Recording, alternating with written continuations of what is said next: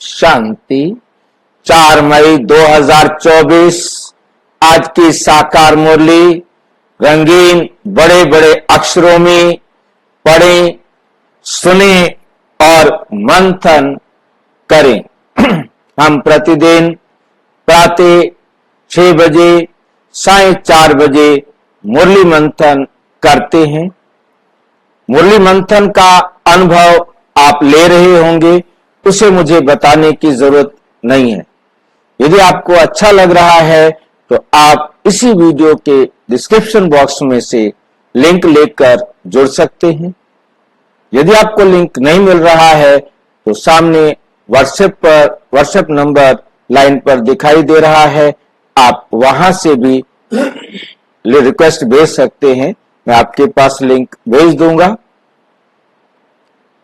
क्योंकि मुरली मंथन से हमें बहुत बहुत अच्छा लग रहा है। हमें एक एक बात को अच्छी तरह समझने का अवसर मिल रहा है। अच्छा, आज की मुरली का सार।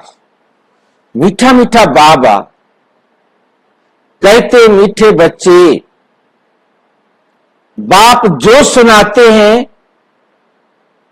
वो तुम्हारे दिल पर छप जाना चाहिए। दिल पर छप जाना चाहिए। दिल किसे कहते?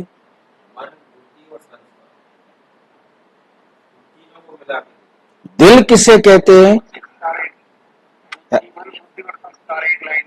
मन, बुद्धि और संस्कार तीनों एक मत हो, तीनों स्वीकार कर ले। और मन कब स्वीकार करता है? जब कोई संस्कार बन जाता है। मन का अपना कुछ भी नहीं है। मन एक निष्पक्ष संदेशवाहक है। जो संस्कार बन जाता है वो मन होता है, वही मन करता है। उसके लिए बुद्धि से भी पूछना नहीं पड़ता। और मन को जो नया मिलता है वो बुद्धि को देता है। बुद्धि भी उसे स्वीकार कर ले, मन भी स्वीकार कर ले, बुद्धि भी स्वीकार कर ले, संस्कार भी वही हो, तब समझ लो कि उसे कहा जाता है दिल। और जब ये तीनों एक मत हो जाते हैं फिर परमात्मा भी उसे चेंज नहीं कर सकता।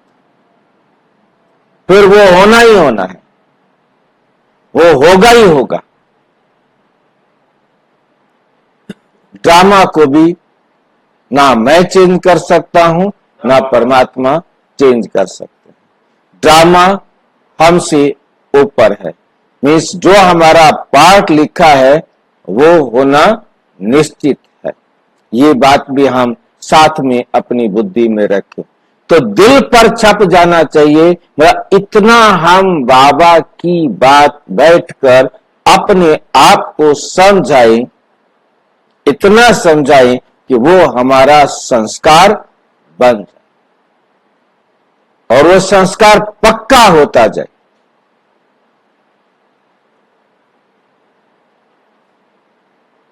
तुम यहां आए हो, किससे भी पूछेंगे क्यों आए हो तो कहेंगे हम सूर्यवंशी घराने में ऊंच पद पाने के लिए आए। नर से नारायण, नारी से लक्ष्मी, मनुष्य से देवता, पतित से पावन, भ्रष्टाचारी से श्रेष्ठाचारी बनने के लिए आए। तो क्या करना चाहिए? बाबा की श्रीमत को अपने जीवन में धारण करना चाहिए। और धारणा के लिए करना पड़ेगा मन मना। अपने मन को बैठकर मनाना है।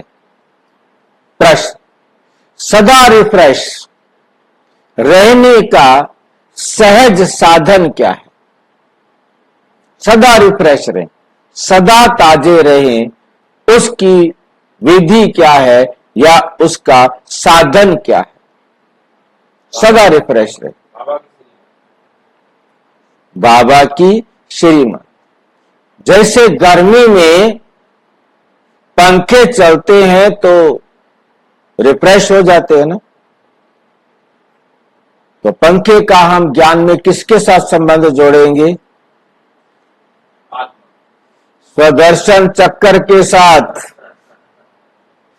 ठीक है कि नहीं? हम पंखे का संबंध किसके साथ जोड़ेंगे? स्वदर्शन चक्र के साथ। स्वदर्शन चक्र फिराते रहो तो रिफ्रेश रहेंगे। कितनी देर में फैलता है स्वदर्शन चक्र? 1 सेकंड। नाम आते ही सारा चक्र हमारी बुद्धि में घूम जाता है, सारा चक्र बुद्धि में घूम जाता है। और उस चक्र के घूमने से हमें क्या पता लगता है कि पूरे चक्र में एक यही सेकंड, पूरे चक्र में यही सेकंड मेरे लिए वैल्यूएबल है। इसी सेकंड में मैं अपना श्रेष्ठ भाग्य लिख सकता हूं। यही सेकंड है। सुदर्शन चक्र का जो रिजल्ट है वो क्या है? यही सेकंड मेरे लिए वैल्यूएबल है, इसी में मैंने श्रेष्ठ भाग्य लिखना है।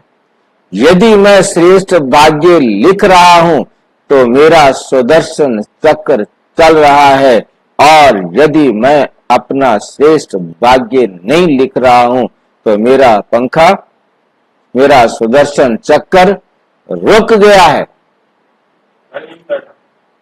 सुदर्शन चक्र रुक गया है। मैं उदास हूं, मैं दुखी हूं, मैं व्यर्थ में अपना समय बर्बाद कर रहा हूं। रिफ्रेशनेस कहां आएगा? रिफ्रेशनेस कहां से आएगी? रिफ्रेशनेस आती ही तब है जब आगे बढ़ रहे हैं, जब कुछ प्राप्त हो रहा है, वेस्ट जा रहा है, नुकसान हो रहा है, वहां कहां से चेहरे पर खुशी आएगी? सारा दिन दुकान खोलकर बैठा रहा, 1 अरब रुपए का सामान भर के 1 रुपया शाम तक नहीं कमाया, शाम को दिल खुश होगा? रिफ्रेशनेस होगी? सारा दिन क्या हम दुकान पर बैठे हुए खुश होंगे? नहीं होंगे। रिफ्रेशनेस नहीं मिल सकती। सारा दिन उदासी रहेगी, क्योंकि सारा दिन 1 अरब रुपए का सामान मेरे पास रखा है, घाटा कुछ भी नहीं हुआ, परंतु एक एक सेकेंड जो बीतता गया वो उदासी को बढ़ाता है। वो ताजा खुशी नहीं लाने देगा।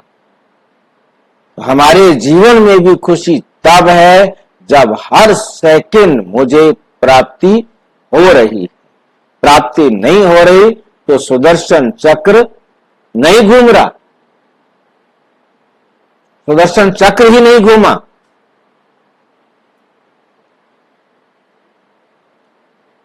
तो रिफ्रेश रह सकते हैं, क्योंकि जब हमारे में सुधार आएगा तो रिफ्रेश रह सकते हैं ना। बच्चे पूछते हैं स्वदर्शन चक्रधारी बनने में कितना समय लगता है? बाबा कहते बच्चे 1 सेकंड। तुम बच्चों को स्वदर्शन चक्रधारी जरूर बनना है। क्यों बने भाई? क्योंकि इससे ही तुम चक्रवर्ती राजा बनेंगे। क्या बनेंगे? चक्रवर्ती राजा। क्योंकि आप इतना सुधारेंगे, इतना सुधारेंगे, जब टॉप पर पहुंचेंगे तभी चक्रवर्ती राजा बनेंगे। स्वदर्शन चक्र फिराने वाले सूर्यवंशी बनते। यदि आप टॉप के राजा नहीं बनेंगे, नंबर 1 आप नहीं बन सकेंगे। 2 ही सीटें बाबा कहते मैंने फिक्स की हैं, परंतु फर्स्ट सीट, सेकंड सीट नहीं मिलेगी ना। बाकी सीट तो आपको मिल सकती है। आप पुरुषार्थ करो तो सूर्यवंशी तो बन जाएंगे ना। अब सूर्यवंशी में भी कितना उच्च घराना चाहिए वो आपके अपने हाथ में। अपने आप अपना पल्ला झाड़ के सारा बोझा किसके सिर पे रख दिया? हमारे सिर पे रख। फिर कहता है जिसके मत्थे मामला नींद फीटे उसी की। उसको नींद नहीं आएगी ना। जिसके सिर पर मामला होगा, कोई जिम्मेवारी होगी, उसको नींद नहीं। तो इसलिए ये जिम्मेवारी अपने सिर पर रखो ताकि तुम्हें नींद ना आए। तुम रात को भी सुदर्शन चक्र फिराओ, दिन को भी सुदर्शन चक्र फिराओ, चलते फिरते भी सुदर्शन चक्र फिराओ, सारा दिन सुदर्शन चक्र फिराते रहो। परंतु ये कब होगा? जिसको ये टेस्ट आ गया, जिसको ये स्वाद आ गया कि सुधरने में जो मजा है बिगड़ने में, सुधरने का मजा जिसको आ गया ना, वो ये सुदर्शन चक्र फिरा सकता है, क्योंकि उसे रिफ्रेश करने का नशा आ गया। रिफ्रेश रहने का क्या है? नशा आ गया। जिसको ये नशा लग जाता है ना, वो फिर रिफ्रेश रहने के लिए सुदर्शन चक्र फिराएगा। और सुदर्शन चक्र फिराने का रिजल्ट क्या होता है? ये सेकंड मेरे लिए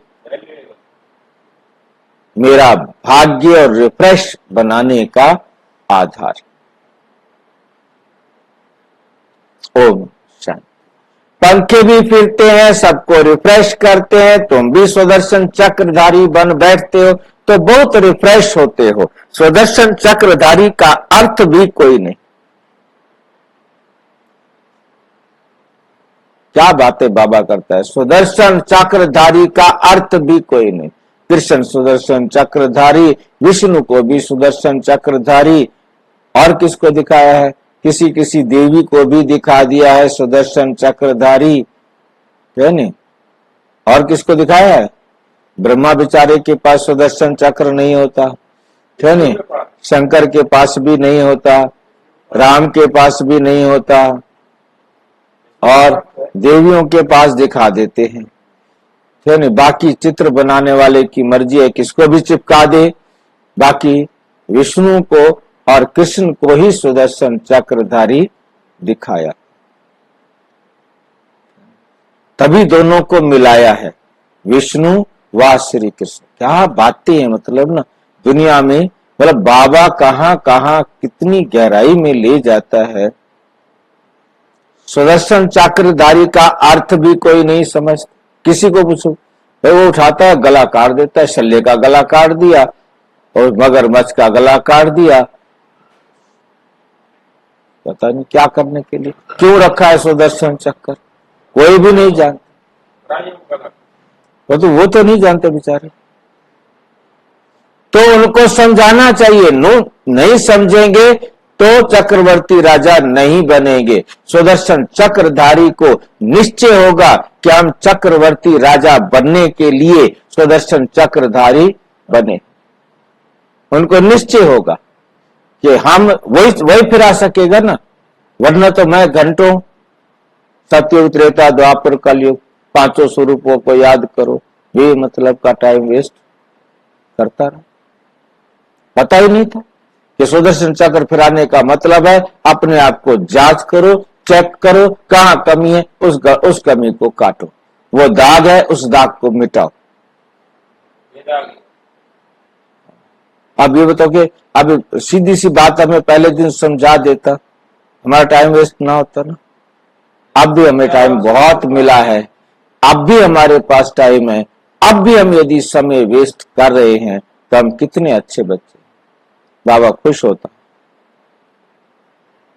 श्री कृष्ण को भी चक्कर दिखाते हैं, लक्ष्मी नारायण कंबाइंड को भी देते हैं, अकेले को भी देते हैं। सुदर्शन चक्र को भी समझना है, तब ही चक्रवर्ती राजा बनेंगे। बात तो बहुत सहज है। बच्चे पूछते हैं बाबा स्वदर्शन चक्रधारी बनने में कितना समय लगेगा? बच्चे 1 सेकंड। फिर तुम बनते हो विष्णुवंशी। कब बनेंगे हम विष्णुवंशी? क्योंकि यदि हम सुदर्शन चक्र नहीं फैलाएंगे, सिर्फ खाली सुदर्शन चक्र फैलाने से नहीं, आज तो बाबा सुदर्शन चक्र के बारे में समझा रहे हैं, पर तो हमने अपनी बुद्धि में रखना है चारों अलंकार जितना % में हम अपने जीवन में धारण करेंगे, है नहीं? क्योंकि बाबा ने तो एक एक बात पढ़ानी ना, सारी बातें एक साथ नहीं पढ़ाएगा, पर तो हमने सारी बातें जितनी सीख ली हैं उनको छोड़ नहीं देना है।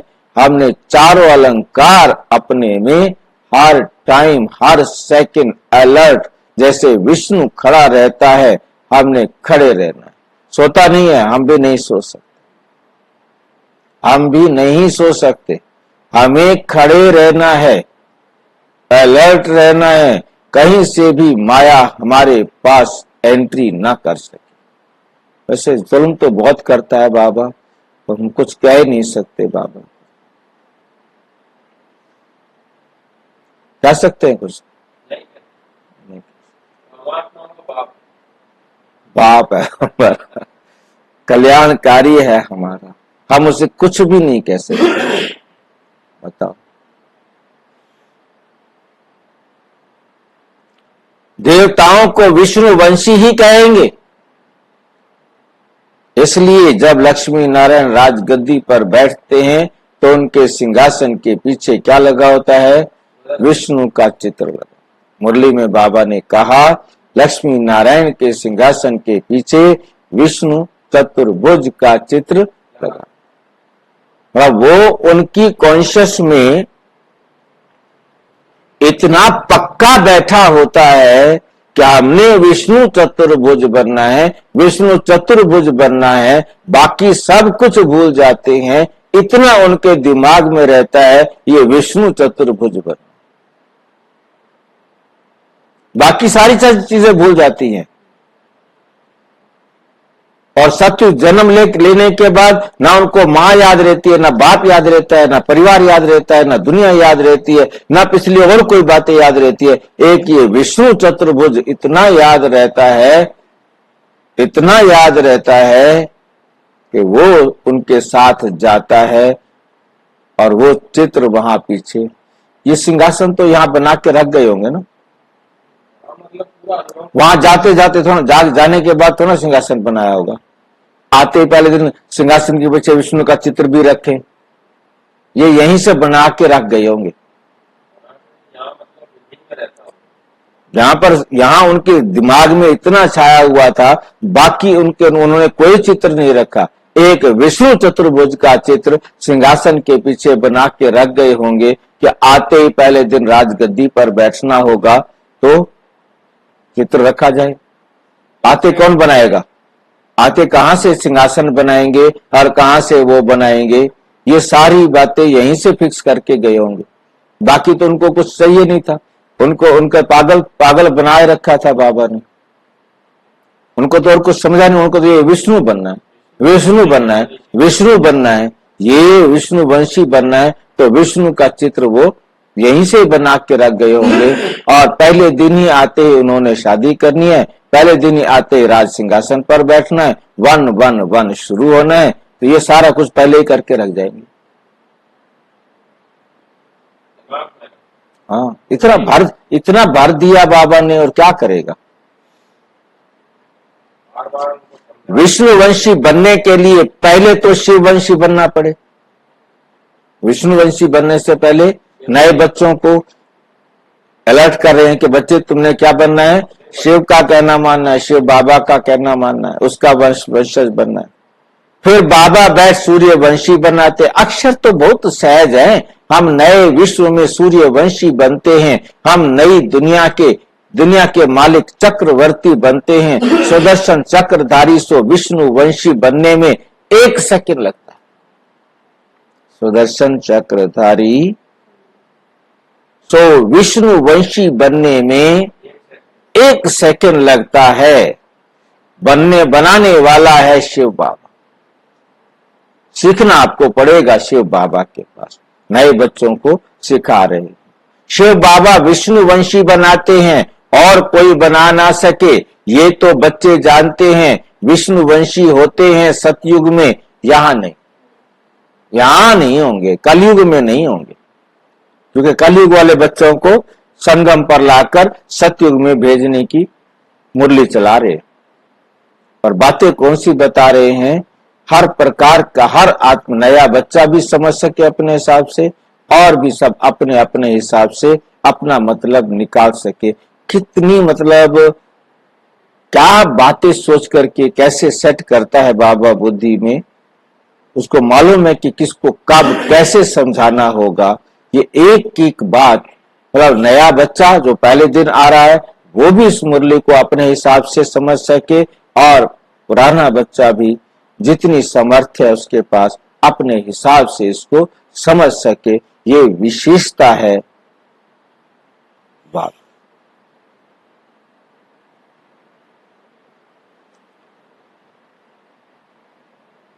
सतयुग में या नहीं, ये है विष्णुवंशी बनने का युग। मैं आया हूं, मेरे आने के साथ ये संगम युग क्या है? विष्णुवंशी बनने का युग। ब्रह्मा सो विष्णु बनने का युग, ब्राह्मण सो विष्णु बनने का युग। तुम यहां आते ही हो विष्णुवंशी में आने लिए, जिसको सूर्यवंशी कहते हो। ज्ञान सूर्यवंशी अक्षर बहुत अच्छा, ज्ञान सूर्यवंशी अक्षर बहुत अच्छा है। क्यों ये ज्ञान शब्द लगाना पड़ा बाबा? सूर्यवंशी नहीं चलता वहां। ये ज्ञान हमने जीवन में धारण करके ले जाना है, वहां ज्ञान मिलेगा नहीं।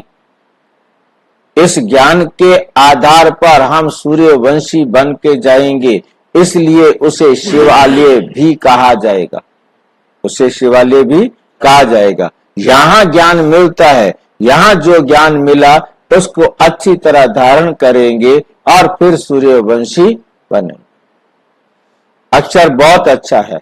विष्णु था सतयुग का मालिक, उसमें लक्ष्मी नारायण दोनों हैं, उसमें लक्ष्मी नारायण दोनों हैं। यहां बच्चे आए हैं लक्ष्मी नारायण अथवा विष्णुवंशी बनने के लिए, उसमें खुशी भी बहुत होती है। नई दुनिया, नई विश्व में, गोल्डन एज विश्व में विष्णुवंशी बनना है, विष्णुवंशी बनना है। इसमें ऊंच पद और है नहीं, इसमें तो बहुत खुशी होनी चाहिए। इसमें तो क्या होनी चाहिए? बहुत खुशी होनी चाहिए कि हम विष्णुवंशी बनेंगे। प्रदर्शनी में तुम समझाते हो, तुम्हारी एम ऑब्जेक्ट ही है। बोलो, ये बहुत बड़ी यूनिवर्सिटी है, इसको कहा जाता है रूहानी स्पिरिचुअल यूनिवर्सिटी। एम ऑब्जेक्ट इस चित्र में है। बच्चों को ये बुद्धि में रखना चाहिए कैसे लिखे, जो बच्चों को समझाने में 1 सेकंड लगे। तो चित्र कौन सा रखते हैं समझाने के लिए कि हमारे विश्वविद्यालय का लक्ष्य क्या है? नयों को ये बताओगे विष्णु चतुर्भुज बनने के लिए आए हो। नयों के आगे कौन सा चित्र रखा जाता है? हाँ जी, लक्ष्मी नारायण का रखा जाता है सबसे पहले। हाँ, लक्ष्मी नारायण वाला चित्र, और उसमें समझाना होता है, आओ हम बताएं हमारे विश्वविद्यालय का लक्ष्य क्या है। सबसे पहले उसी चित्र पर लेकर जाते। नर से नारायण, नारी से लक्ष्मी बनना। उनको विष्णु का चक्कर में नहीं डालते पहले पहले। तुम ही समझा सकते हो, उनमें भी लिखा हुआ है हम विष्णुवंशी देवी देवता थे। जरूर देवी देवता कुल के थे, स्वर्ग के मालिक थे। बाप समझाते हैं मीठे मीठे बच्चे, भारत में तुम आज से 5000 वर्ष पूर्व सूर्यवंशी देवता थे। आज को अब बुद्धि में आया है, बच्चों को अब बुद्धि में आया है। शिव बाबा बच्चों को कहते हैं, शिव बाबा बच्चों को कहते हैं, ए बच्चों, ए बच्चों, तुम सतयुग में सूर्यवंशी थे, शिव बाबा आया था सूर्यवंशी घराना स्थापन करने, भारत बरोबर स्वर्ग था, यही पूज्य थे। यही क्या थे? पूज्य थे। पुजारी कोई भी नहीं था। जब पूज्य थे तो कोई पुजारी नहीं था, फिर उनको पूज्य कहेंगे? जब उनकी कोई पूजा करने वाला नहीं, उसको पूज्य कहेंगे? हाँ जी, वहां कोई पुजारी नहीं था, बाबा खुद कह रहे, तो फिर उनको पूज्य क्यों कह दिया?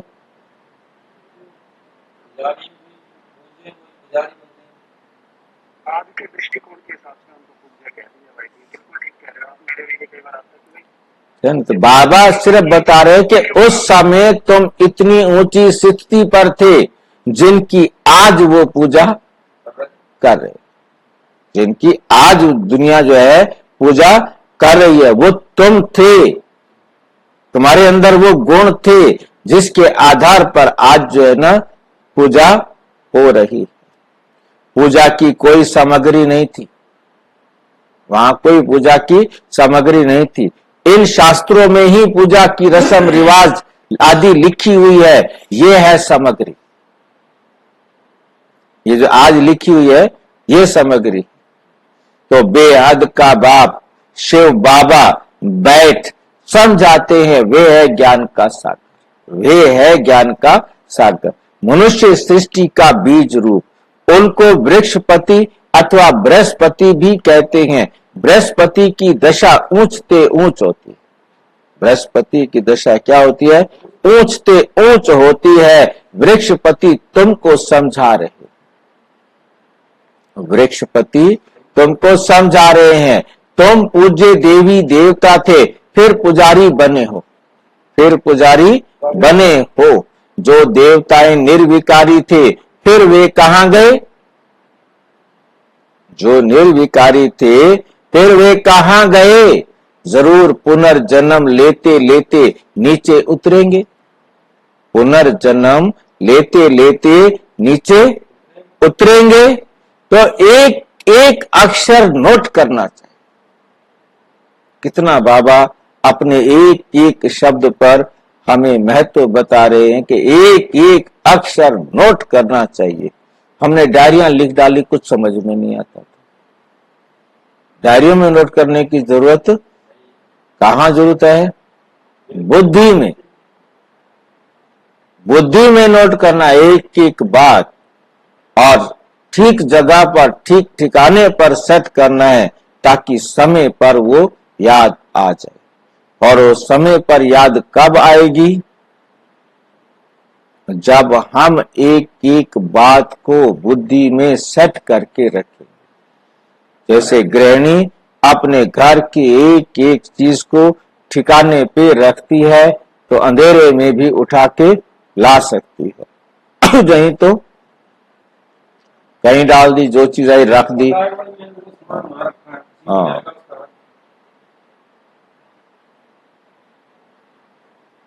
लेकिन क्या क्या सिखाना चाहता है बाबा? जैसे मैं अंधेरे में रखता हूँ तो सामान वहीं से लेकर क्या भी है, जैसे बाइक की कई बार इधर उधर कर देता हूँ।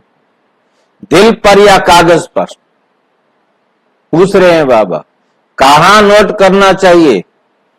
बुद्धि में भी नहीं, बाबा एक कदम और आगे, क्योंकि बुद्धि दिल का एक पार्ट है ना।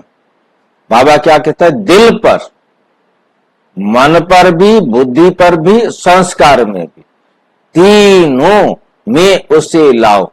ये है दिल। मतलब कितना, मतलब जो है ना करेक्शन करता है बाबा ना।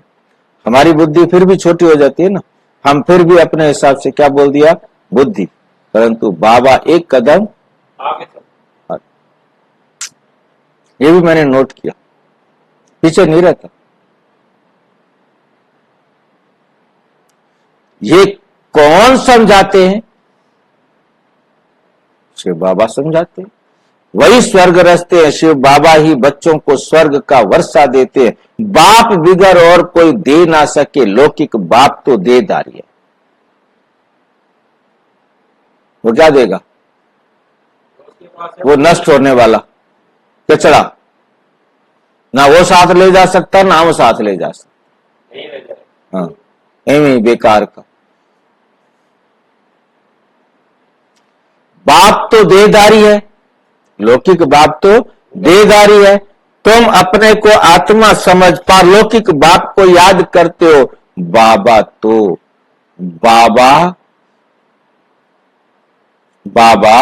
तो बाबा रिस्पॉन्स करते हैं, हे बच्चे, आप कहोगे बाबा तो बाबा क्या कहेंगे? हे बच्चे, हे बच्चों, तो बेहद का बाप हो गया ना, सारी आत्माओं का बेहद का बाप हो गया ना।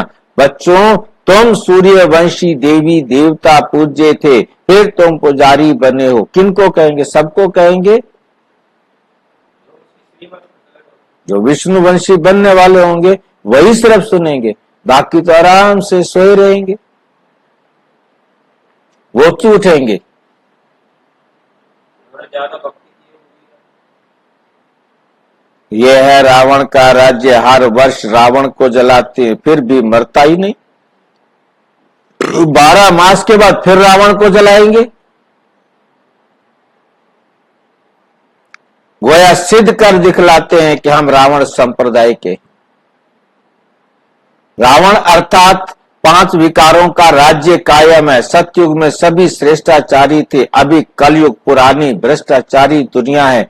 ये चक्र फिरता रहता है। अभी तुम प्रजापिता ब्रह्मा वंशी संगम युग पर बैठे हो। तुम्हारी बुद्धि में है कि हम ब्राह्मण हैं। तुम्हारी बुद्धि में क्या है? कि हम ब्राह्मण हैं, अभी शूद्र कुल के नहीं हैं। इस समय ही आसुरी राज्य बाप को कहते हैं, हे दुख हरता सुख करता। अब सुख कहां है? सतयुग में। दुख कहां है? दुख तो कलयुग में है। दुख हरता सुख करता है ही शिव बाबा। वे वर्षा देते ही हैं सुख का। सतयुग को सुख धाम कहा जाता है, वहां दुख का नाम नहीं। तुम्हारी आयु भी बड़ी होती है, रोने की दरकार नहीं। रोने की दरकार समय पर पुरानी खाद छोड़ दूसरी ले लेते हैं। समझते हैं अब शरीर बुढ़ा हुआ। क्या समझते हैं? अब शरीर बुढ़ा हुआ। पहले बच्चा सतोगुणी होता है, इसलिए बच्चों को ब्रह्म ज्ञानी से भी ऊंच समझते हैं, क्योंकि वे तो फिर भी विकारी गृहस्थी से सन्यासी बनते हैं। तो उनको सब विकारों का पता है। छोटे बच्चों को ये पता नहीं रहता। इस समय सारी दुनिया में रावण राज्य भ्रष्टाचारी राज्य है। श्रेष्ठाचारी देवी देवताओं का राज्य सतयुग में था, अभी नहीं है। फिर हिस्ट्री रिपीट होगी। श्रेष्ठाचारी कौन बनावे? हिस्ट्री तो रिपीट होगी, परंतु श्रेष्ठाचारी कौन बनावे? यहां तो एक भी श्रेष्ठाचारी नहीं है जो सबको श्रेष्ठाचारी बनाते। सारे गुरु संत महात्मा धर्म पिताएं सब अपनी तमो प्रधान अवस्था में पहुंच गए। हाँ, दिलेश सिंह भाई जी कुछ पूछ रहे हैं।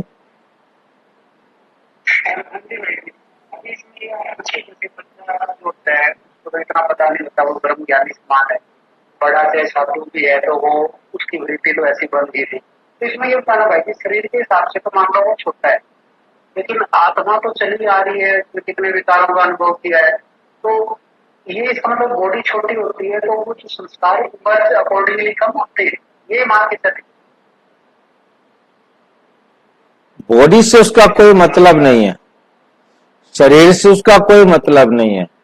बात सारा, एक तो सबसे बड़ी बात है उस आत्मा के पार्ट, और दूसरी बात यहां आ जाती है कि आत्मा जब गर्भ में होती है और वो अपने पुराने संस्कारों को बेशक उसके पास होते हैं, जिन संस्कारों के साथ उसने आना है, उसके बावजूद मतलब जब वो आता है जो संस्कार होते हैं वो है तो सारा ड्रामा ही, कि मां जो है उसके अंदर वो पुराने संस्कार को नहीं जानती होती और वो उनको जागृत नहीं होने देती और वो उसके अंदर अपने ही संस्कार भरती है। उसको बेचारे को पहले दिन से वो नहीं जानता कौन माँ कौन बाप, और उसके मुंह से एक बार निकल गया ना बाबा, बस ताली बजा देते हैं। वो समझता है बहुत अच्छी बात है, मुझे बाबा बोलना चाहिए, सारे खुश हो जाते हैं। अब बाबा क्या है पता ही नहीं उसको। उसने माँ बोल दिया, उसने बाबा बोल दिया, दादा बोल दिया, नानी बोल दिया, कुछ बोल दिया, वह उसको बोलते रहेंगे। वो तोते माफिक हमारी बातों को रटना शुरू कर देता है और उसे जैसा माँ बाप चाहते हैं उसके साथ बोल बोल करके सारा दिन पागल हुए रहते हैं, उसको एक अक्षर रटवाने के लिए। एक अक्षर रट गया तो उसके लड्डू बांटते हैं, मिठाइयां बांटते हैं कि आज बच्चे ने बोला, आज पहली बार उसने मेरा नाम लिया, आज पार्टी। मतलब ये सारी बातें क्या है कि हम उसको अपने पाठ के अनुसार, है तो सब कुछ ड्रामा कि उसको हमने ये रटवाना है, और वो बेचारा पिछली जो बातें होती हैं उनको भूलता जाता है। परंतु संस्कार और ड्रामा ये दो बातें तो हर वक्त हमें याद रखना है कि वो रहेंगे। कई बातें कितना भी उसको भुलाने की कोशिश करो हम भुला नहीं सकते, उससे वो याद रहती हैं और वो करता है। वो भी ड्रामा अनुसार माँ बाप उसको बुलाते हैं।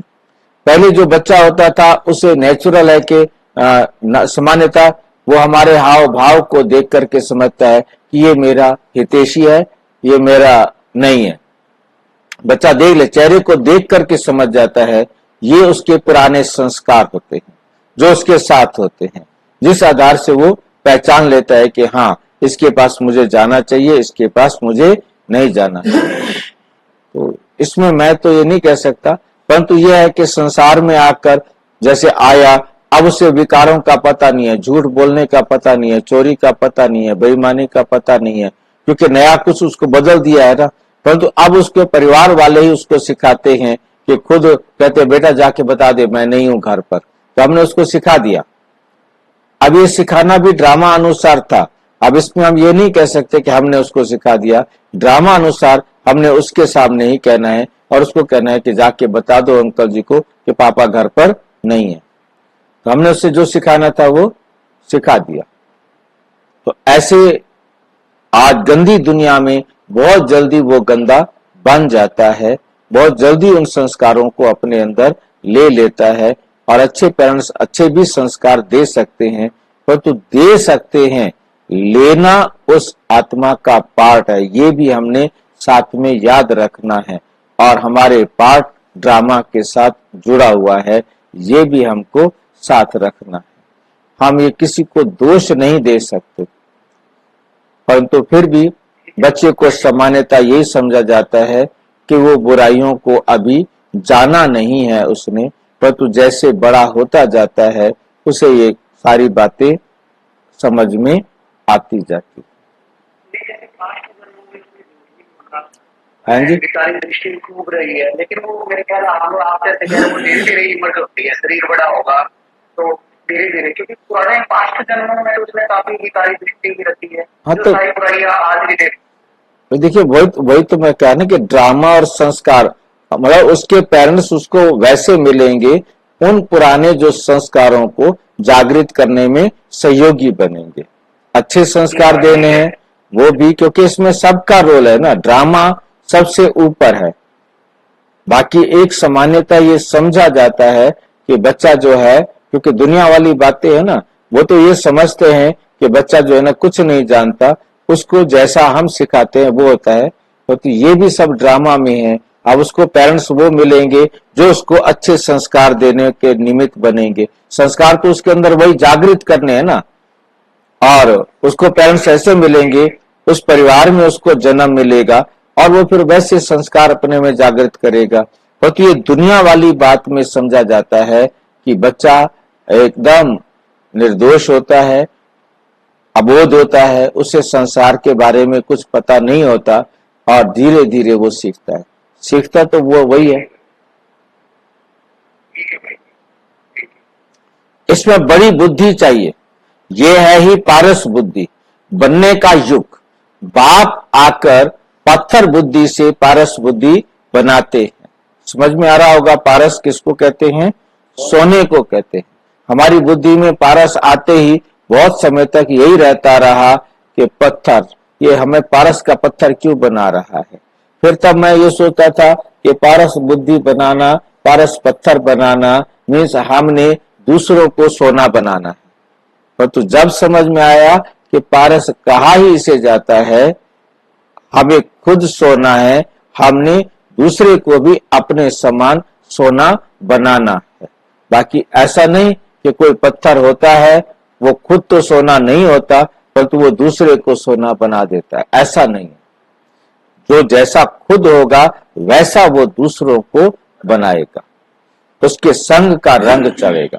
कहा जाता है संग तारे कुसंग बोले, क्योंकि संग का असर पड़ता है। ये बाबा ने आके हमें अच्छी तरह से बात को समझाया। सत्य बाप के सिवाय बाकी दुनिया में है ही कुसंग। एक बाप ही सच्चा है, बाकी तो सारे क्या हैं? झूठ संग कुसंग। बाप कहते हैं मैं संपूर्ण निर्विकारी बनाकर जाता हूं, फिर संपूर्ण विकारी बन जाते हैं। कौन बनाता है? कहते हैं हम क्या जाने। अरे निर्विकारी कौन बनाता है ये जानते हो? जरूर बाप ही बनाएंगे ना। विकारी कौन बनाता है ये किसको पता ही नहीं है। बाप बैठ समझाते हैं।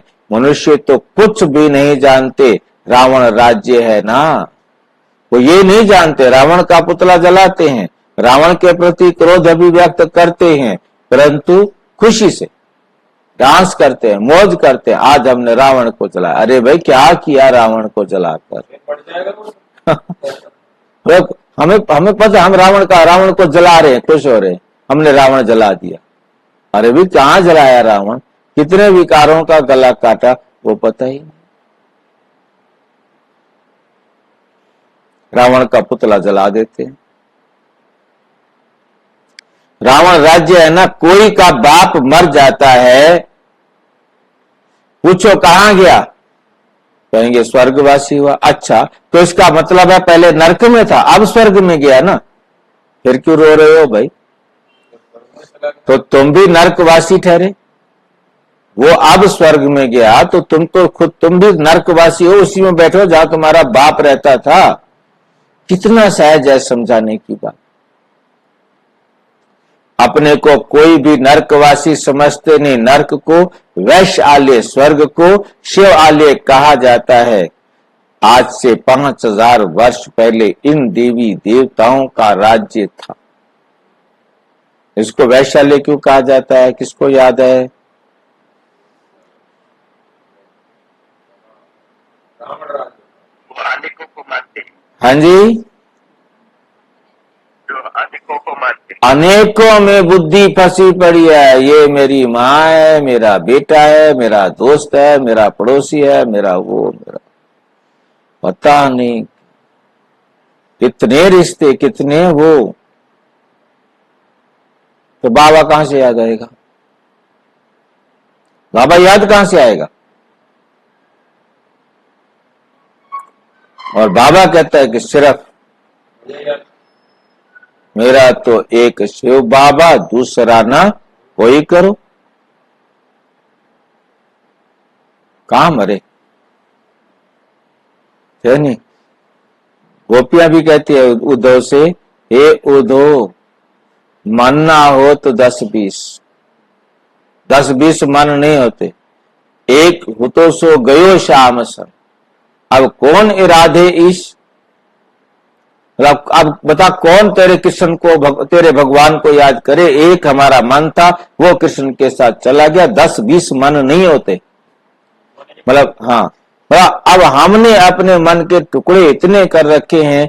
एक कोने में माँ बैठी है, एक कोने में बाप बैठा है, एक कोने में पत्नी बैठी है, एक कोने में बच्चे बैठे हैं, एक कोने में पड़ोसी बैठे, एक कोने में दोस्त। कितनों में पता नहीं कितनों में बुद्धि फंसा रखी है।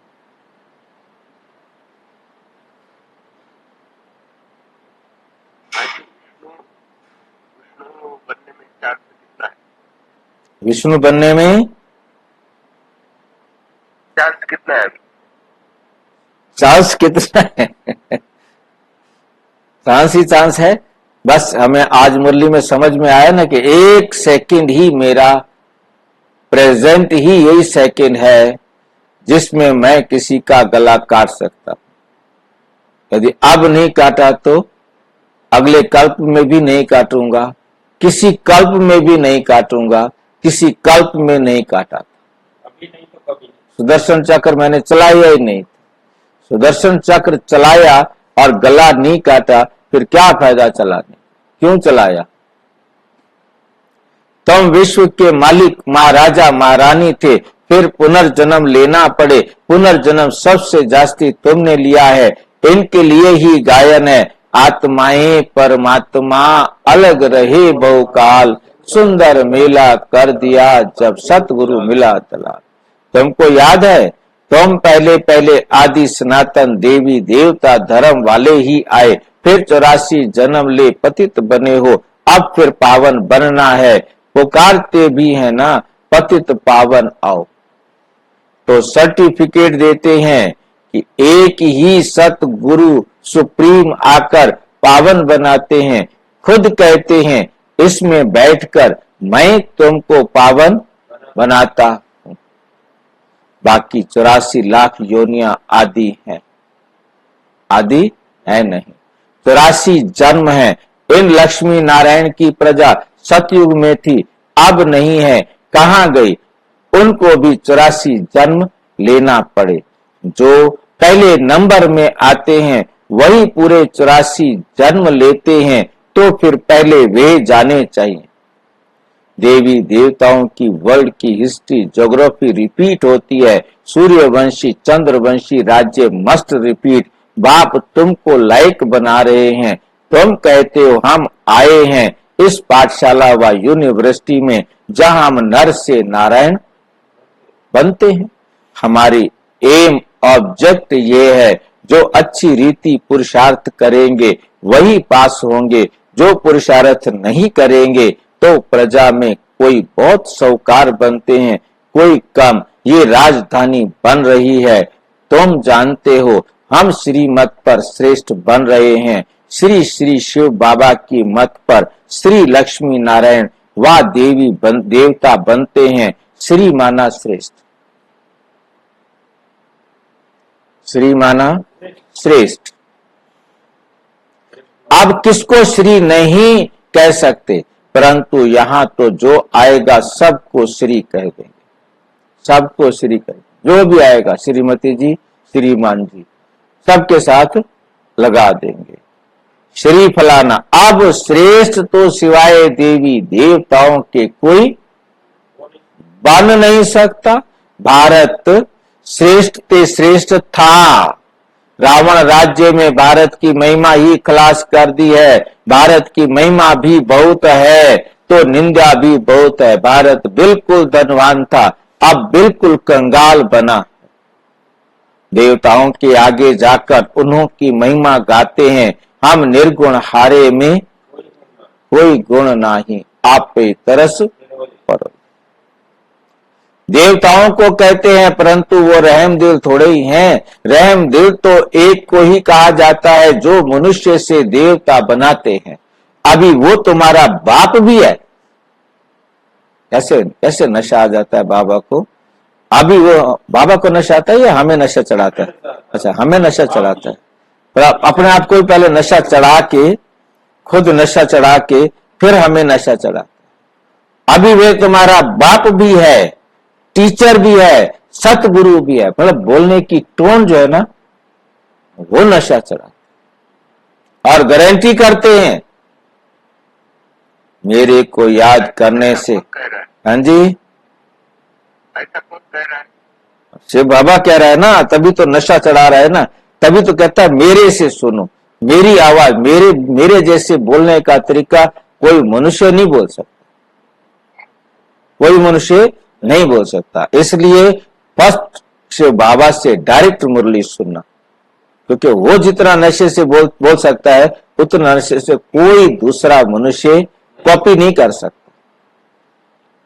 मेरे को याद करने से तुम्हारे जन्म जन्मांतर के पाप भस्म होंगे और साथ ले जाऊंगा, और साथ ले जाऊंगा। फिर तुमको नई दुनिया में जाना है। ये 5000 वर्ष का चक्र है। नई दुनिया थी सो फिर पुरानी जरूर बनेगी। नई दुनिया थी सो फिर जरूर बनेगी। दुनिया पतित होगी, फिर बाप आकर पावन बनाएंगे। बाप कहते हैं पतित रावण बनाते हैं, पावन मैं बनाता। पतित कौन बनाता है? रावण बनाता है, पावन मैं बनाता हूं। बाकी ये तो जैसे गुड़ियों की पूजा करते रहते हैं।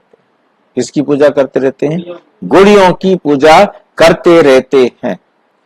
उनको ये पता नहीं रावण को 10 शीश क्यों देते हैं। विष्णुवंशी को भी 4 भुजा देते हैं, परंतु कोई ऐसा मनुष्य थोड़े ही कभी होता है। अगर 4 भुजा वाला मनुष्य होता तो उससे जो बच्चा पैदा होता है वे भी ऐसा होना चाहिए। यहाँ तो सबको 2 भुजा हैं, कुछ भी जानते नहीं, भक्ति मार्ग के शास्त्र कंठ कर लेते हैं। उन्हों के भी कितने फॉलोअर्स बन जाते हैं, कमाल है। ये तो बाप ज्ञान की अथॉरिटी है। कोई मनुष्य ज्ञान की अथॉरिटी हो ना सके। ज्ञान का सागर तुम मुझे कहते हो, ज्ञान का सागर तुम मुझे कहते हो। ऑलमाइटी अथॉरिटी, ये बाप की महिमा है। तुम बाप को याद करते हो तो बाप से ताकत लेते हो, जिससे विश्व का मालिक बन जाते हो। तुम समझते हो हमारे में बहुत ताकत थी, हम निर्विकारी थे, सारे विश्व पर अकेले राज्य करते थे। तो ऑलमाइटी कहेंगे ना, ये लक्ष्मी नारायण सारे विश्व के मालिक थे। ये माइट उन्हों को कहां से मिली? बाप से। ऊंच ते ऊंच भगवान है ना, कितना सहज समझाते हैं। ये 84 का चक्र को समझाना तो सहज, समझना तो सहज है ना, जिससे ही तुमको बादशाही मिलती है।